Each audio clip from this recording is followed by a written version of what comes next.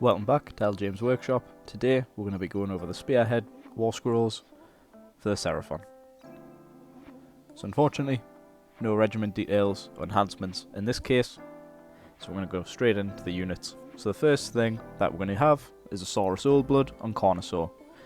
Big owl monster, great model, looks amazing, and it's pretty terrifying on the tabletop. So it moves 10, it's got 14 health, 4 up save, 5 control. Pretty standard. So it's got a ranged weapon, which is a Sunbolt Gauntlet. It's got 12-inch range, D6 attacks, freeze, 1 rend, 1 damage, and you can shoot in combat, which is always nice. Melee weapons, it's got a Relic Celestite weapon, 5 attacks, freeze, 1 rend, 2 damage, no abilities. Then we've got the Carnosaur Massive Jaws, which is 3 attacks, 4s, 2s, 2 rend, and 3 damage with the companion ability.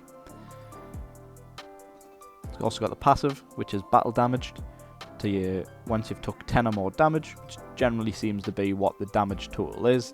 It's normally 10 or more, regardless of what the total health is. If you see, in comparison to the frigate from KO, and then shortly from the Tree Lord from Seraphon, for Sylvaneth, sorry. And when you've took 10 or more damage, the attacks of your jaws are reduced to 1, which is quite bad, to be honest, because it's not like you're losing 1 attack, you're losing 2, and potentially 6 damage. In the hero phase, it's got an ability called Ancient Warlord, where you pick a friendly unit wholly within 12 of this unit to be the target, and you can't pick yourself. Until the start of your next turn, +1 to charge rolls for the target. This is okay. I would like to, again, this is just Spearhead. I don't expect this ability to be different, but I do expect them to have more abilities.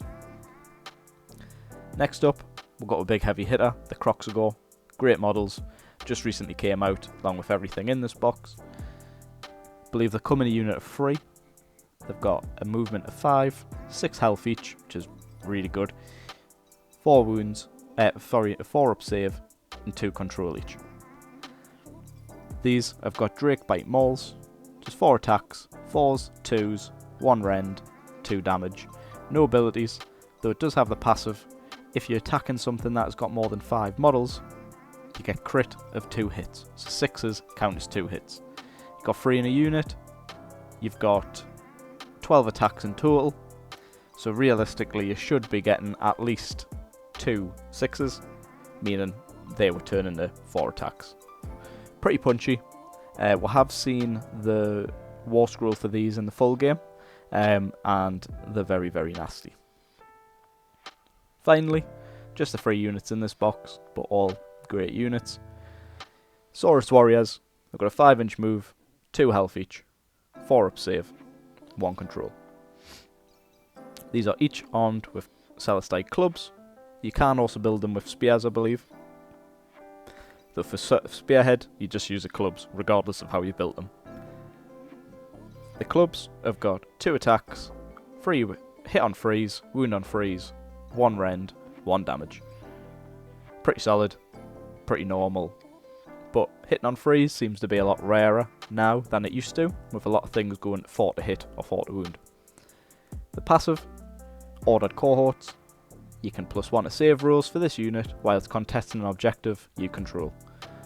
So this, plus all out attack, allows you to save stack, putting you on a 3+ save, ignoring 1 rend.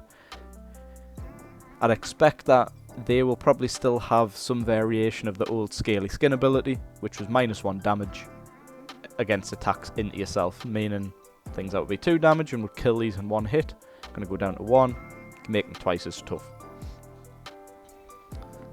And that's it for this video. Fortunately, I wish we could see more of how the battle traits and whatnot work. We can see that the monster is going to have a roar, which is interesting. We're going to see how that plays out. Again, thanks for watching. Do you like Seraphon? I think they're one of the nicest armies in the game in terms of model-wise. Leave a like, comment, subscribe.